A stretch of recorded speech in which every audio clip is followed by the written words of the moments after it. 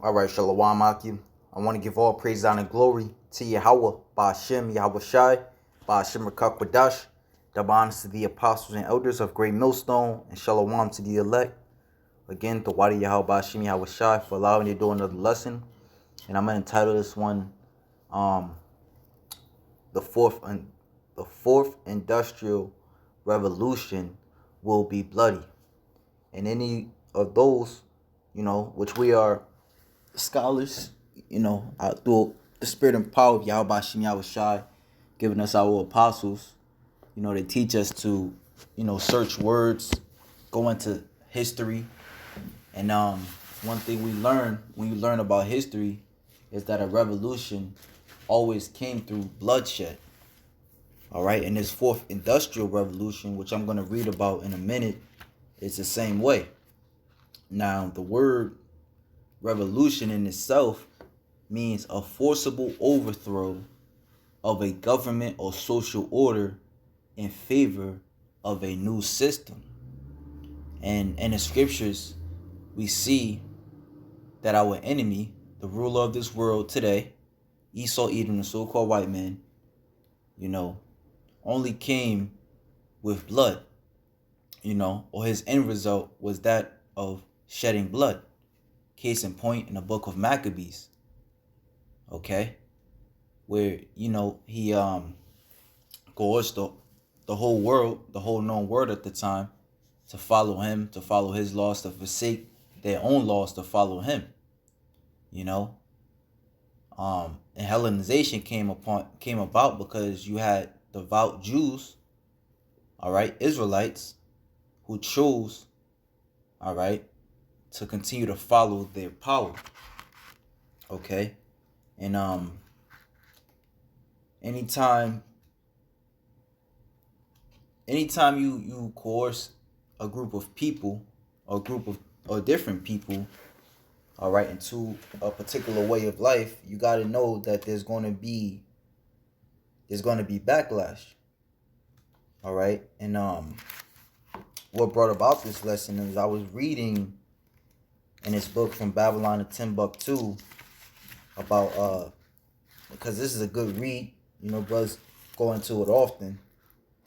And in this page, I'm gonna read a little bit about this is page 49, which just goes into how Islam came about and how the so-called black Jews, all right, which were just Israelites, all right, who are of a dark skin complexion.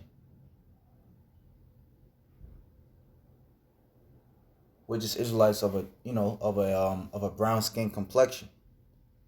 But just based upon what this guy Rudolph Windsor calls us, black Jews, all right, which all the Israelites had a complexion. Really, all the people back then,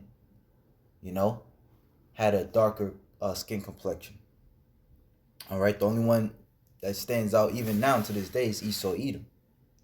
Nevertheless, as we read into this, I'm going to read the last portion of it. So it says the second stage of the Islamic Revolution, okay? So it says the fanatical stage of most revolutions is a bestial, ruthless, bloody, chaotic affair. The throats of men are cut from ear to ear. There is an absence of rationalization and extreme fanaticism sets in. So it was with Muhammad. So I'm not gonna read the whole thing, but I'll read this one paragraph, because it says he had come to a point of no return. He became a religious extremist in order to give his people a better life on a rapid scale. Muhammad came to the conclusion that all means of persuasion had been exhausted. Okay? And this devil is going to come to that conclusion as it is written of in Revelations 12:12. All right, that he that he cometh down having great wrath, knowing that he have but a short time. All right, because when all else fails, you have to show your horns. Okay, i.e., the image of the beast, which is all linked into death, destruction, all right, going against the Heavenly Father, going against righteousness, all right. And if you accept the image of the beast, you accept death, you're going to accept the mark, okay. But it says Muhammad came, all right, which the image is the philosophies that Rome carried, all right. Do as thy will, again, going to basically you are your own God, evilness on all levels. For he said, Slakia, the period of patience. Slakia, I read it again. Muhammad came to the conclusion that all means of persuasion had been exhausted. The period of patience was past, and he was now determined to propagate his religion by the sword. For he said, I, last of the prophets, am sent with a sword. The sword is the key to heaven and hell. You know? And this reminds us of Genesis 27. All right? Not saying Muhammad was a Edomite, but I'm just saying that this is the spirit of these so-called white people today. Okay? Which even the scriptures speak about how those the so-called Arabs, all right, which would be the Ishmaelites in the scriptures, and according to Genesis 16, would be very what's the word I'm looking for? Be very contentious. Okay, the sword is the key to heaven and hell.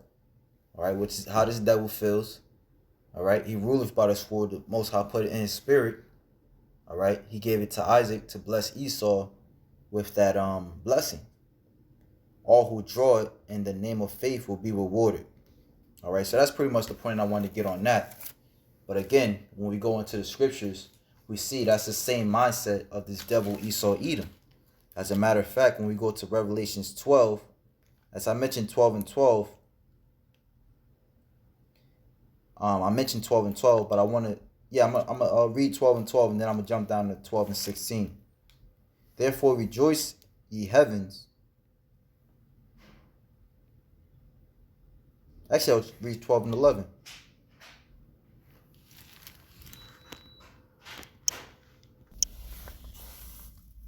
All right, this is Revelations 12 and 11. And they overcame him. Again, the him is Esau Edom. All right, the one that's trying to push his society upon us at this point in time. When at this point in time, leading into that day, the great and terrible day of the Lord. And I heard, and they overcame him by the blood of the Lamb and by the word of their testimony, that they loved not their lives unto death. All right, so in this, in that day, as we do now, Lord willing, we are the chosen. All right, our faith in Yahweh Bashim Yahweh Shai, our love upon him, the fact that we already believe in a way of life, all right, and we're sticking to it. Esau hates that, and he's going to want to put us to death for it. Therefore rejoice ye heavens, and ye that dwell in them. Woe to the inhabitants of the earth and of the sea, for the devil is come down unto you, having great wrath, because he knoweth that he hath but a short time. You see? Because all other avenues were exhausted.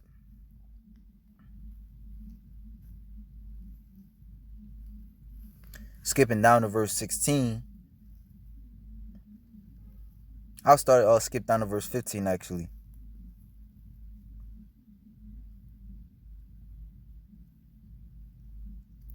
And the serpent cast out of his mouth water as a flood after the woman, and this is how, this is how it's always, and this is how it always has been, and this is how it always will be until we're delivered. All right, that enmity between Esau and Jacob, just as it is now, just as it was in the womb. Okay, and the serpent cast out of his mouth water as a flood after the woman, that he might cause her to be carried away of the flood. And the earth helped the woman, and the earth opened her mouth and swallowed up the flood which the dragon cast out of his mouth. You know, that flood is what? An overflowing scourge. You know, one example would be what? The time of 70 AD when the earth helped the woman and when our people fled into Africa, hid amongst the Hamites, which our people are there until this day. In which case Esau, Edom, wasn't able to, completely destroy us, decimate us. And the dragon was wroth with the woman. All right. So again, we were able to escape. And the dragon was wroth with the woman and went to make war with the remnant of her seed, which kept the commandments of God and have the testimony of Yahweh. So this is why, as the scriptures is written, wisdom and knowledge shall be a stability of thy time and a strength of salvation. The fear of the Lord is his treasure. And as we get closer to the end, all right, as this devil, is showing his horns more and more, guess what? The fear of the Lord is going to keep you, from the fear of the enemy, the fear of Edom. Okay? So with that being said, I want to read into this article going into the fourth industrial revolution. So it says, we stand on the brink of a technological revolution that will fundamentally alter the way we live, work, and relate to one another. So again, this devil, just as Muhammad was trying to do unto our people, all right, is, trying to alter your way of life, all right? Trying to alter your, what's the word I'm looking for? Your way of life, your manner of living, that which you know and believe to be correct.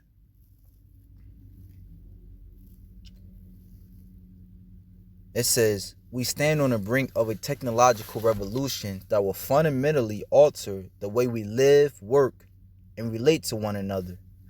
In its scale, scope, and complexity, the transformation will be unlike anything humankind has experienced before. We do not yet know just how it will unfold, but one thing is clear: the response to it must be integrated and comprehensive, involving all stakeholders of the global polity, from the public and private sectors to academia and civil society. The first industrial revolution used water and steam power to mechanize production. The second used electric power to create mass production. The third used electronics and information technology to automate production. Now, fourth industrial revolution is building on the third, the digital revolution that has been occurring since the middle of the last century. It is characterized by a fusion of technologies that is blurring the lines between physical, digital, and biological spheres. There are three reasons why today's transformation represents not merely a prolongation of the third industrial revolution, but rather the arrival of a fourth and distinct one. Okay? Velocity, scope, and systems impact. Okay? So this New World Order is going to be distinct from all others, because of Esau's technology. This is why the scriptures is also written in Daniel 12 that the time to come, when Esau comes down upon all those that is against his revolution, this time to come is going to be worse than anything ever seen before, because his technology is so far up there.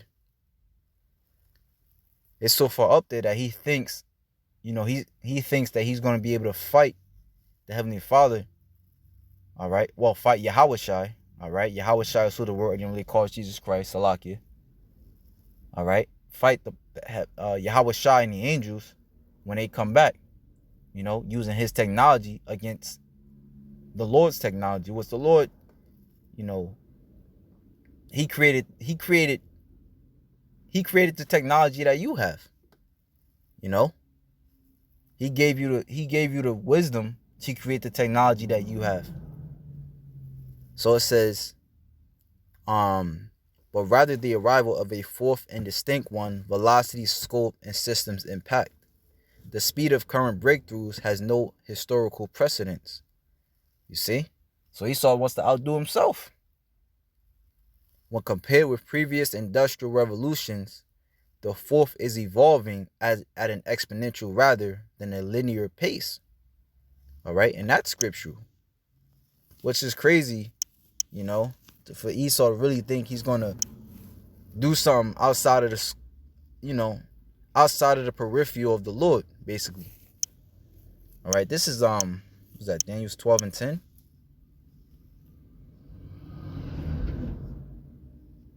No, Salakia.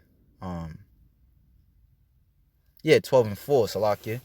It says, but thou, O Daniel, shut up the words and seal the book, even to the time of the end. So this proves that we're at the time of the end, the fact that Esau is trying to push a fourth industrial revolution. Many shall run to and fro, and knowledge shall be increased. Why? Because you're at the end. So everything that was aforesaid makes sense now. Okay? From when the scriptures speak about World War I and World War II, all right? From the scriptures speak about, fiery flying serpents, arrows that can shoot across the world.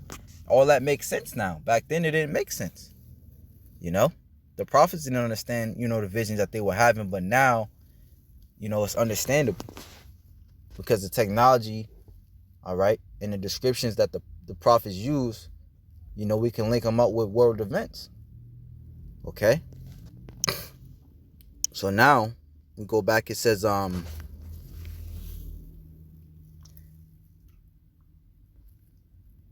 was Salakia?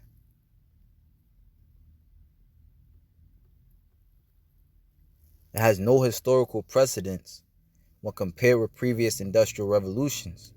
The fourth is evolving at an exponential rather than a linear pace. Moreover, it is disrupting almost every industry in every country.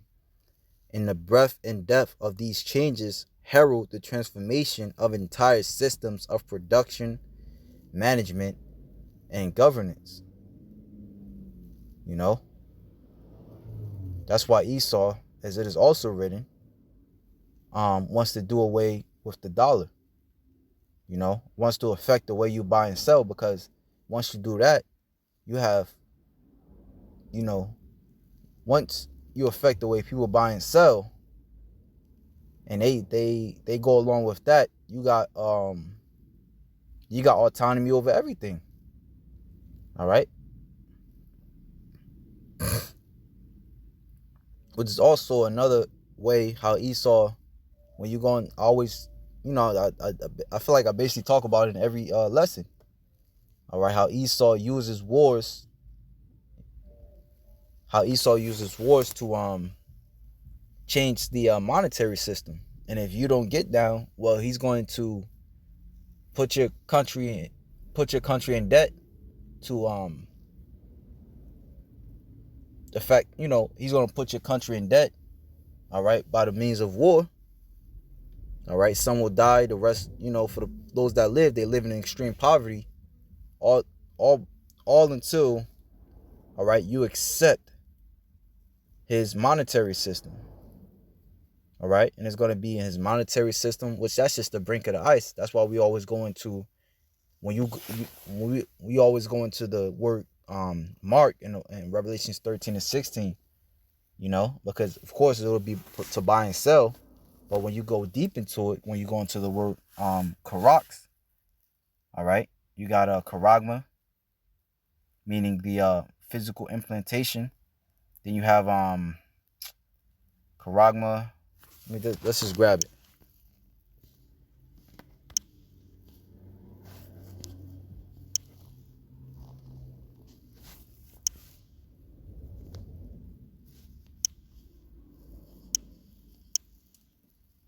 The word mark, meaning karagma, physical implementation.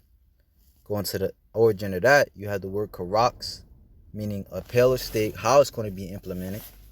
Then when you go even deeper into that, all right, grapho, the writings, all right, going into the article we just read, because this fourth industrial revolution is going to affect what the governance, how things or management, you know, and how do they manage the people?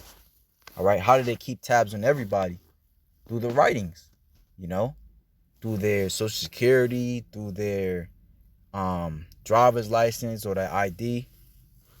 Okay, so it's going to affect all of that. The possibility of billions of people connected by mobile devices with unprecedented processing power, storage capacity, and access to knowledge are unlimited, you know? And that's something you got to look at, you know, even though you'll have unprecedented power, you know, as far as what you can do, best believe that Esau is not going to give you that power without strings attached, you know?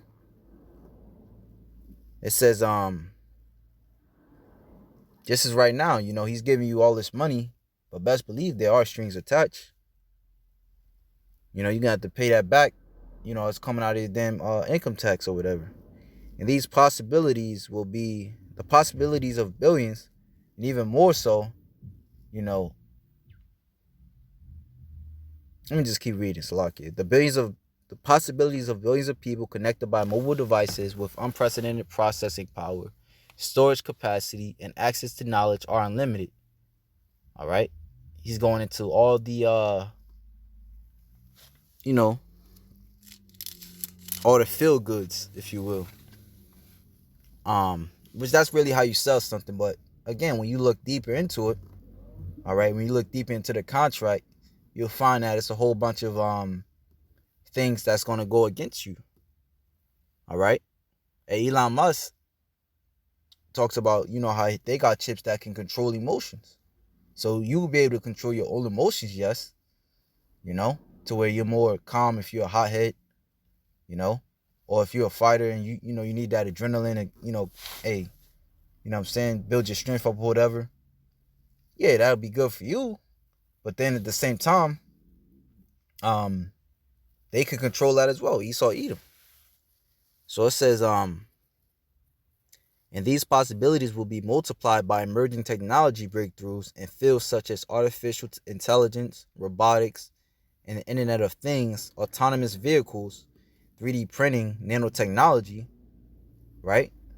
When you look up this Maxine situation, all right, which it rhymes with, the word rhymes with Maxine, all right, look that up on sites like Brand New Tube, all right, type in nanotechnology, all right, and the Jovid Maxine, and you'll see how this is all a ploy, all right, to upload, you know, upload your consciousness and everything, you know, upload your body into the Internet of Things.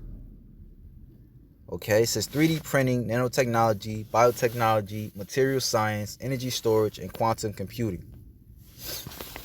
Already, artificial intelligence is all around us, from self-driving cars and drones to virtual assistants and software that translate or invest. Impressive progress has been made in AI in recent years, driven by exponential increases in computing power and by the availability of vast amounts of data. From software use to discover new drugs to algorithms used to predict our cultural interests, digital fabrication technologies, meanwhile, are interacting with the biological world of a daily basis. Engineers, designers, and architects are combining computational design, additive manufacturing, material engineering, and synthetic biology to pioneer a symbiosis between microorganisms, our bodies, the products we consume, and even the buildings we inhabit. Okay? So, in short, it's like that movie Minority Report when Tom Cruise, he was trying to go off the grid, you know, and his eyes basically was connected into the grid. All right, when he went into the store, they scanned his face or they scanned his eye, known as what I believe it was, yeah, biometrics. And they said, "Good evening." I forgot what he went by alias because he had, you know, he had to change his eyes so he could change his he had to change his eyes so he could change his appearance, his identity. But that's how it's gonna be. That's how it's gonna be. Everything about you, all right, is going to be uploaded into the Internet of Things. Now it says challenges and opportunities like the revolutions that preceded it. The fourth industrial revolution has a potential to raise global income levels and improve the quality of life for population around the world. To date, those who have gained the most from it have been consumers able to afford and access the digital world. Technology has made possible new products and services that increase the efficiency and pleasure of our personal lives. Okay? But mind you, see, this is why it's important to go into the scriptures, because the scriptures tell us how he gonna move. All right? This is back at Revelations 13, but now I'm gonna read verse 14. Revelations 13 and verse 14. And he deceiveth them that dwell on the earth by the means of those miracles which he had power to do in the sight of the beast, saying to them that dwell on the earth, that they should make an image to the beast, which had the wound by a sword, and did live. So basically, as going into the article we're reading, all right, he's going to use those trinkets, those his technology. All right, he's going to use the fact that he's able to give a blind man sight, or amputee, he's able to give him their arm or their leg back. All right, we just got to put a chip in them. All right, or we just got to put something within their brain to allow them to fix what's wrong with them. And this is ultimately going into the new world order. All right, they're going to make it seem like it's beneficial to you. All right, look how safer this is making the society, especially right now with everything that's going on. Okay, right now with everything that's going on, brothers know what I'm talking about. All right, they're using it as technology makes everything safer, more touchless, but then it goes on to say, and he had power to give life to the image of the beast, that the image of the beast should both speak.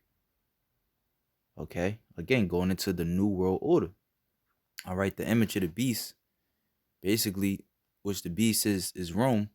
So the image would be the replication of Rome. All right, the representation of Rome, in which the system today represents that of Rome. All right, we always go into the Senate House. All right, the way the politician is ran, the plebeians and patricians. I actually just learned today that also when you go to law school, especially back then, back in before in the 90s, and you know the 70s, and the 20th century, which they do less now. Nevertheless, they require you to learn some Latin when you go to law school. Okay, so it says, and he had power to give life unto, and this is in different countries, and he had power to give life unto the image of the beast, that the image of the beast should both speak, and cause that as many as would not worship the image of the beast should be killed. All right, so it goes from presenting you with a peaceful way of basically signing on to the New World Order, to, look, if you don't get down, you're gonna be put to death. Okay, so with that, Lord willing, you occupy edified. Shalom to the elect.